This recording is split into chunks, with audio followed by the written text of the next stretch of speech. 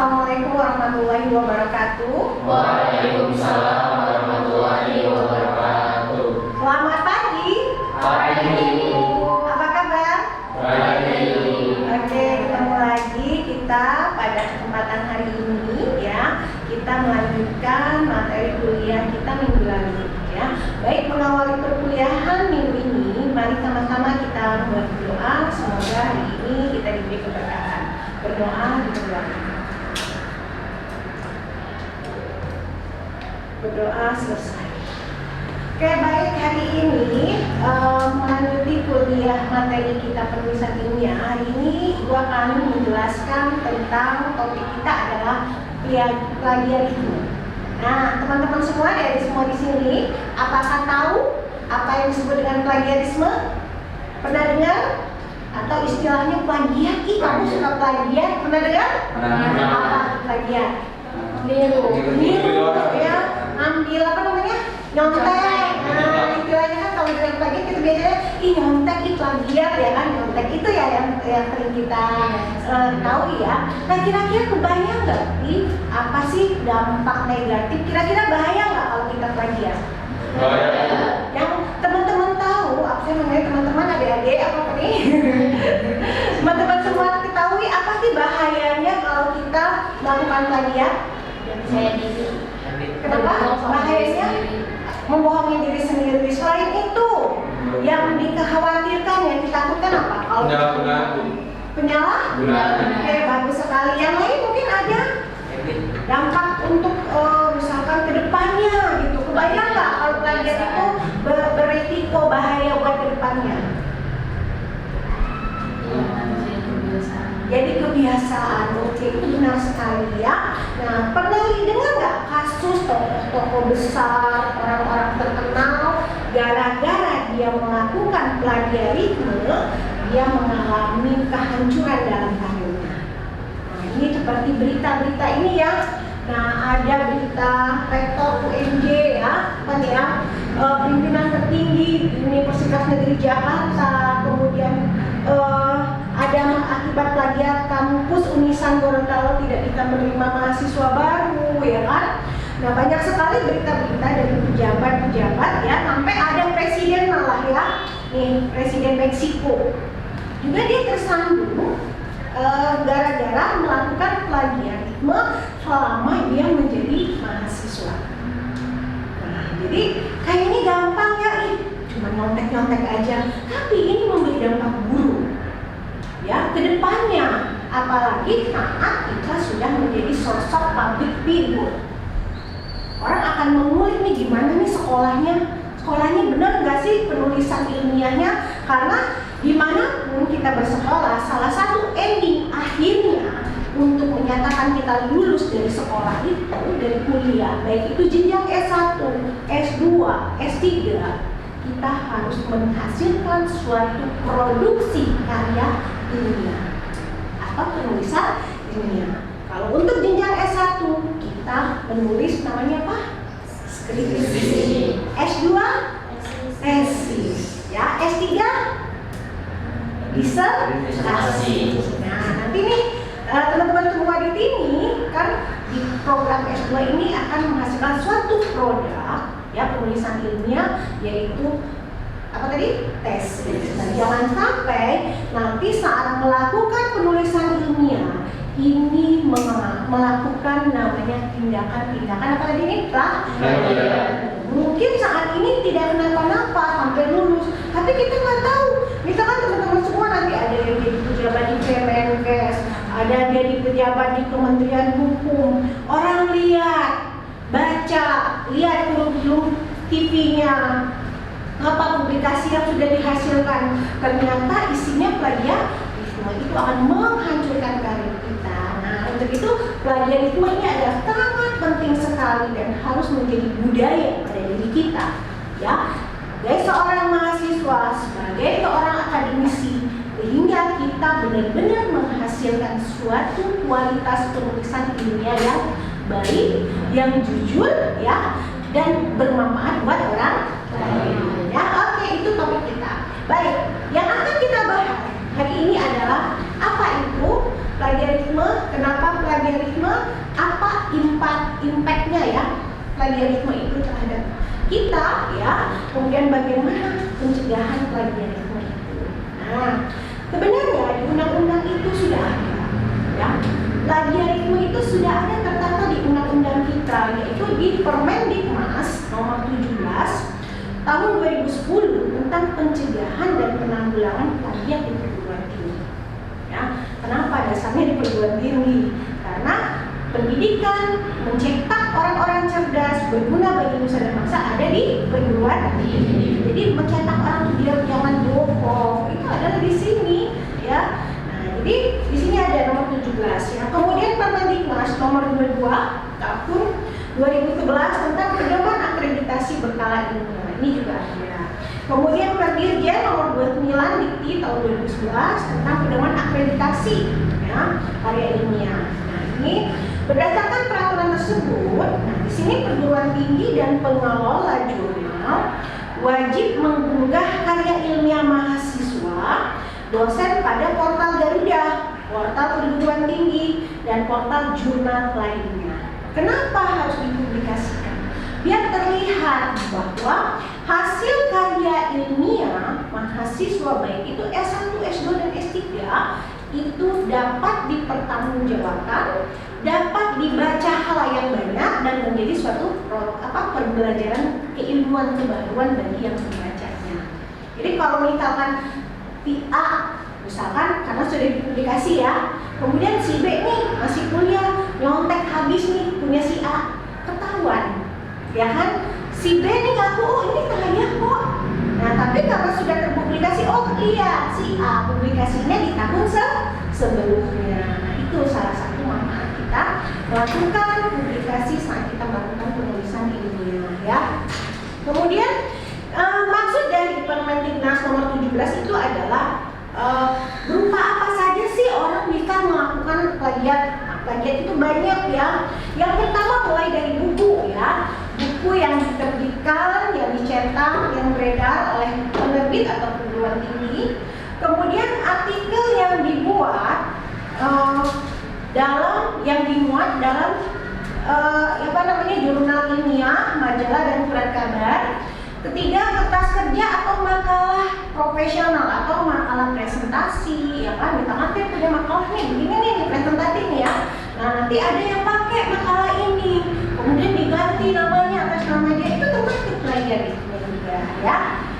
Kemudian isi laman elektronik, nah itu juga bisa dari media sosial, kan kita copy paste orang nih dia desain sendiri, tapi kita pakai, kita bikin atas nama kita, itu juga bisa ya. Kemudian hasil karya yang tidak termasuk pada angka 1 sampai 4 adalah yang tidak termasuk yang dipresentasikan adalah seperti presentasi di depan khalayak umum atau terbatas, presentasi melalui radio, bentuk cara sejenisnya. Kemudian SK Dikti nomor 153 tentang publikasi ilmiah adalah terhitung Agustus tahun 2012 semua lulusan perguruan tinggi wajib ya menerbitkan karya ilmiah dengan ketentuan sebagai berikut. Ini ya. 1. Bagi mahasiswa S1 menghasilkan makalah publikasi ilmiah pada jurnal ilmiah.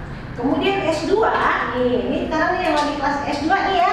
Nah, ini baca ini ya, diingat-ingat nih.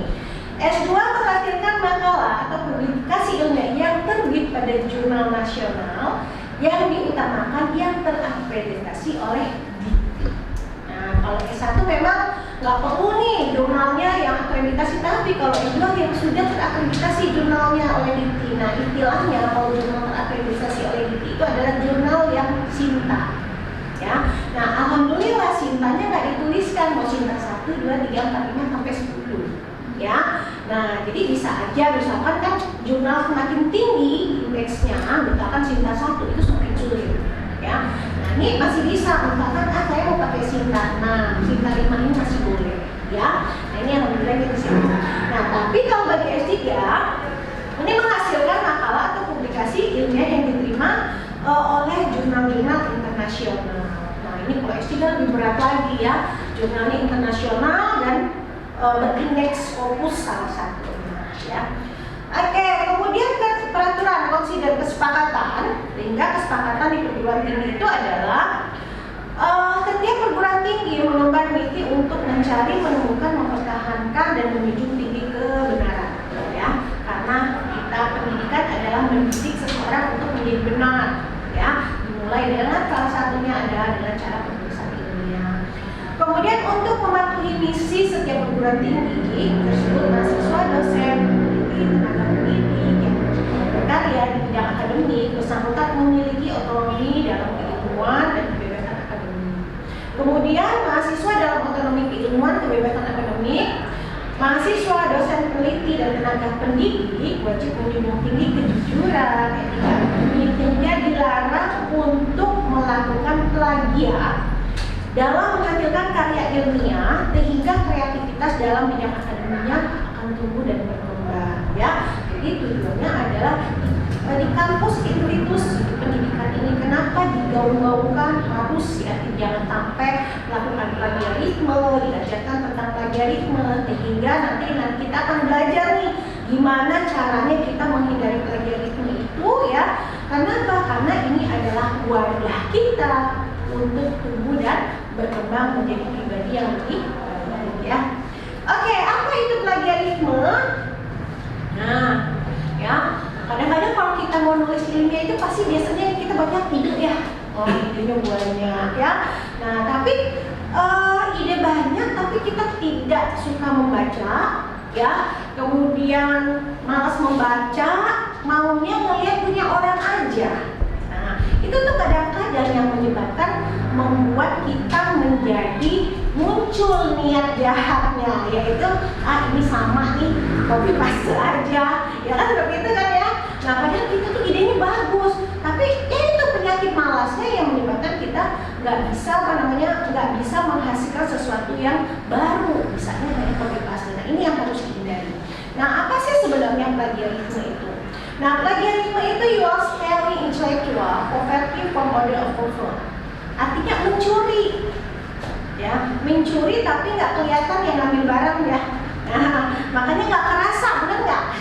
Mencuri nggak ada barangnya, nggak ada kok yang ngambil barang. Dan yang dicurinya itu adalah ide-ide, ya kan? Mencuri kekayaan intelektual dari orang lain. Nah, ini ide orang lain, makanya nggak kerasa, menganggap itu adalah sesuatu hal yang biasa, menganggapnya sebagai suatu copy paste. Sadar benar, ya. Kemudian presently other original or idea of your own, ya, menyajikan pemikiran atau ide original orang lain menjadi milik sendiri, ya kan? Caplok tulisan orang lain, penulis namanya siapa? Nah, ini nulis itu namanya Ani, gitu, ya. Nah, padahal bukan tulisan Ani, gitu, ya. Kemudian using either exact word without proper citation. Ngambil punya orang, nulis, ya, tapi lupa nulis sumbernya. Nah, itu yang disebut dengan plagiat, ya. Jadi plagiat itu adalah tindakan secara penelitiannya adalah mencuri gagasan atau hasil pemikiran dan tulisan orang lain yang digunakan seakan-akan gagasan tulisan orang lain itu adalah tulisan kita sendiri. Nah, inilah yang tanpa kita sadari menyebabkan merugikan orang lain, ya. Nah, kenapa sih kok bisa orang kok suka plagiarisme? Kenapa plagiarisme itu muncul? Kenapa plagiarisme itu terjadi? Nah, ini biasanya alasan-alasan klasik, nggak sengaja, ya kan? Nah, nggak sengaja, tidak terlalu terpengaruh, jadi tidak sengaja mengambil tulisan orang lain. Nah, biasanya ini tidak sengaja ini tadi satu faktornya apa tadi? Ide banyak, males apa? Baca. Nah, kalau kita mau menghasilkan suatu tulisan ilmiah itu tidak akan bisa terwujud kalau sifatnya apa? Males. Kita nggak akan tahu seberapa besar dunia itu luas kalau kita tidak membaca, ya kan? Seberapa besar masalah yang akan kita kaji, seberapa besar ini bermasalah, dampaknya, bermanfaatnya. penelitian ini kalau kita nggak membaca, ya baca banyak-banyak, ya kan? Lihat gimana sih orang lain itu nulis apa yang ditelitinya, sehingga dengan kita membaca itu menambah keilmuan kita, wawasan yang tadi idenya tuh ada tapi bingung mau nulisnya dari mana sih. Tapi dengan kita membaca itu membuat kita menimbulkan kreativitas kita untuk menulis, tahu oh iya saya harus nulisnya begini karena saya udah baca nih, kayaknya mudah ya. Semakin banyak membaca semakin memudahkan kita dalam menjalani proses itu ya. Nah jadi karena nggak membaca nggak sengaja ya gitu. Kemudian nggak banyak waktu, no handphone time ya kan, nggak punya banyak waktu sibuk. Sebenarnya nggak ada alasan nggak banyak waktu. Kapanpun kita bisa membaca, ya kan? Jadi jangan sampai kita menggunakan ilmu kepepet. Nah, kalau sudah menggunakan ilmu kepepet, pasti niat untuk plagiarismenya jadi apa? Besar. Aduh, kepepet ya udahlah, yang ada aja copy paste, seperti itu. Nah, itu tuh biasanya penyebab alasan orangnya kepepet gimana? Tentu tidak ada alasan, ya kan? Walaupun nggak punya waktu ya. Jadi kita harus bisa, apalagi saat ini. Kalau menurut saya berbeda dengan zaman saya dulu kuliah.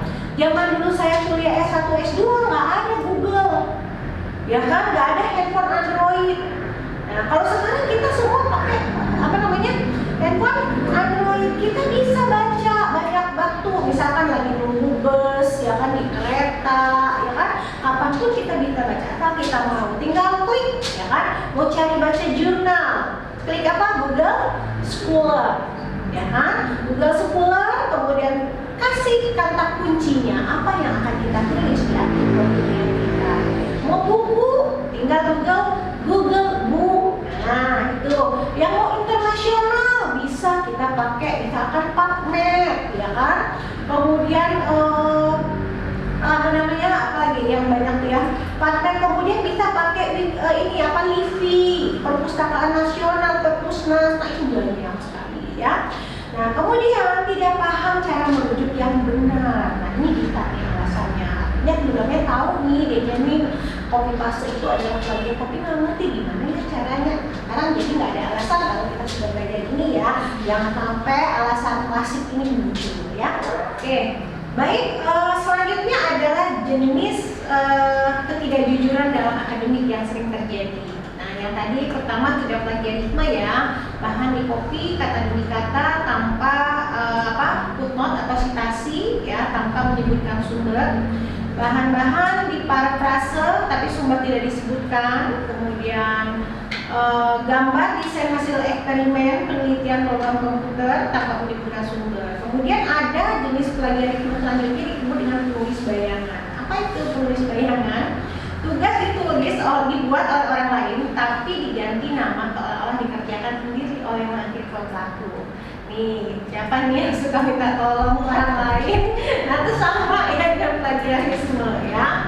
Kemudian kolusi. Nah, ini kolusi bukan ini ya KKN ya. Kalau di sini ada juga kolusinya ya. Nah, kalau kolusi dalam ketidakjujuran akademik itu adalah bahan di copy mahasiswa lain tanpa sepengetahuan dari si izin pemilih.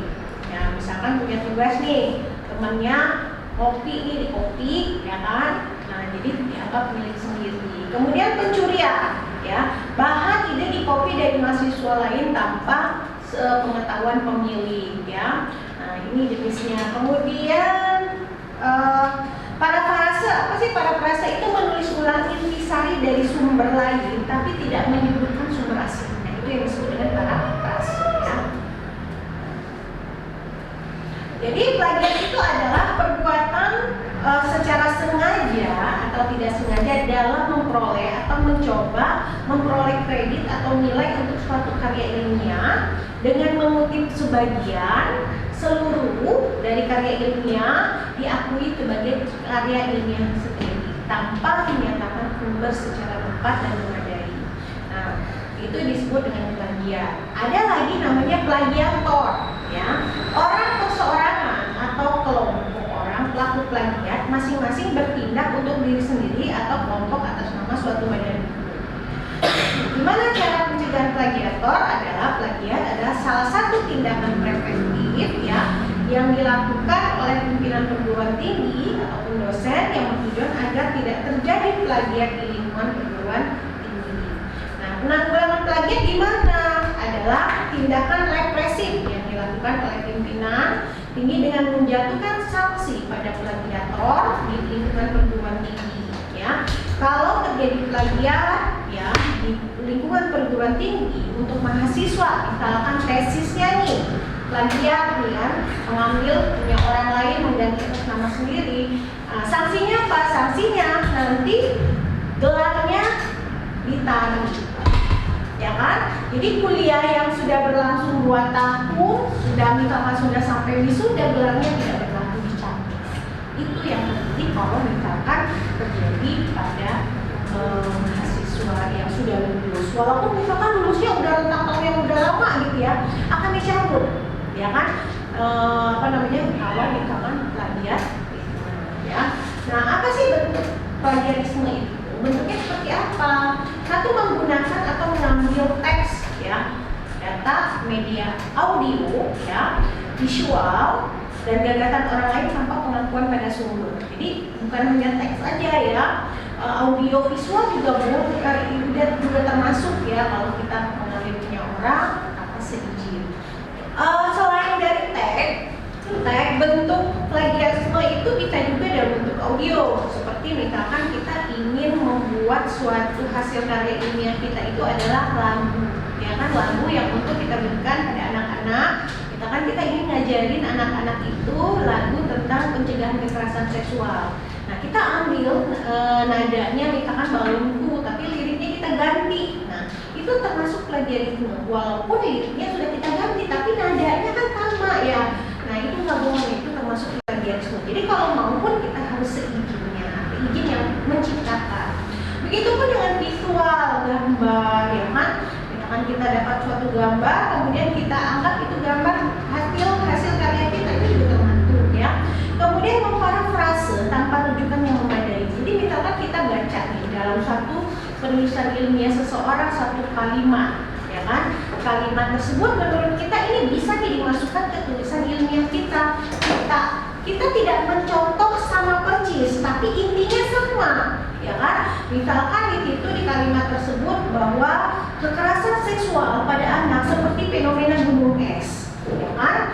Nah, kita ganti kekerasan seksual saat ini merupakan suatu kasus yang sangat mencemaskan, diibaratkan, ya kan, semakin hari semakin bertambah. Itu sebenarnya hampir sama fenomena gunung es. Nah, kita nggak tulis tuh itunya sumbernya, ya. Itu disebut parafrase.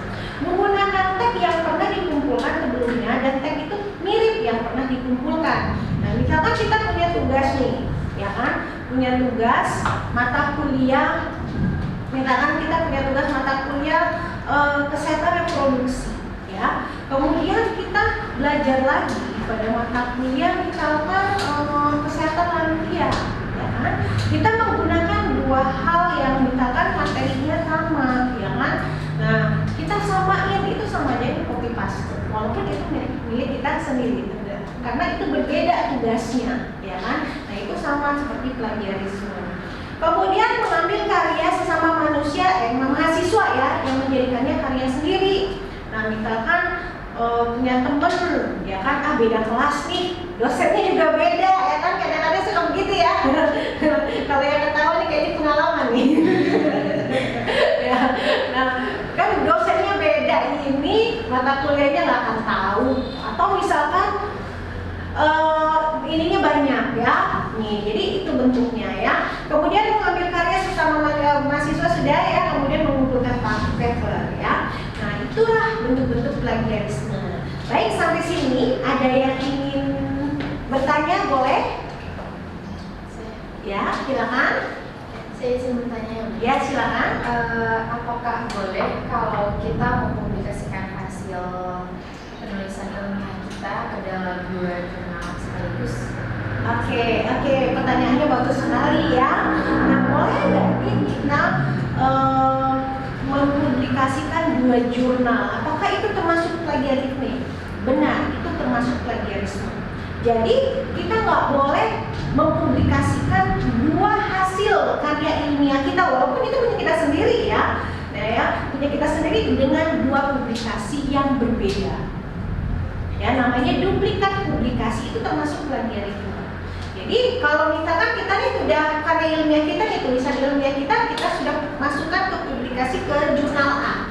Kita nggak boleh mempublikasi, mengirim artikel kita ke jurnal B. Kita tunggu nih jawabannya dari jurnal A. Kira-kira ada nggak jawaban? Khawatirnya jurnal A ini nanti menerbitkan, jurnal B ini menerbitkan, dua-duanya terbit. Itu dua-duanya nanti kita di-backlist sebagai publikasi plagiarisme pribadi. Ya, jelas? Oke, mungkin yang lain ada yang bertanya? Ya, silakan. Bagaimana cara kita menjadi plagiarisme? Mencegah. Oke, bagus sekali pertanyaan. Gimana nih ya kita mencegahnya ya? Gimana caranya kita jangan sampai kecolongan atau tanpa sadar ya? Nah, sebenarnya udah tahu takutnya ya, tanpa sadar kita menjadi seorang plagiarisme dalam menulis tulisan ilmiah kita. Karena apa? Mungkin karena kita nggak dapat nih dampaknya. Kita kan nggak tahu ya ke depannya, masa depan kita bisa jadi public figure ya kan? Kalau sudah jadi public figure atau kita mau naik jabatan, itu akan dilihat hasil karya-karya ilmiah kita akan dibaca. Benar nggak ini ilmiah beneran atau plagiarisme? Nah, jadi gimana? Jadi kita sudah harus antisipasi dari sekarang. Yang pertama adalah kita harus mencari sumber rujukan. Tadi saya bilang, biar kita punya keilmuan banyak, kita harus banyak mencari rujukan. Kemudian rujukan yang sudah kita bacakan, kita summarise-kan. Kita bikin satu simpulan. Ya, nah sudah kita bikin satu simpulan. Nanti saat kita mengambil rujukan tersebut, ya kita gunakan kata-kata sendiri, ya. Kemudian kita tulis di penulisan ilmiah kita dan kita tuliskan sumber referensinya, seperti itu, ya.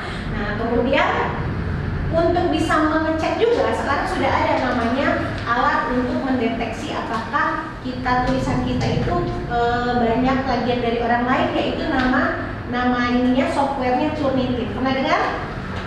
Nah ya, nah itu ya namanya alat Turnitin ya. Oke, jadi itu bagaimana cara kita mencegah diri kita untuk menjadi seorang plagiarisme. Gimana? Cukup ya? Cukup? Jelas? Ada lagi pertanyaan? Cukup? Oke, baik. Ibu simpulkan bahwa sebagai seorang akademisi, mahasiswa, itu kita wajib memahami bagaimana diri kita jangan sampai menjadi seorang plagiarisme.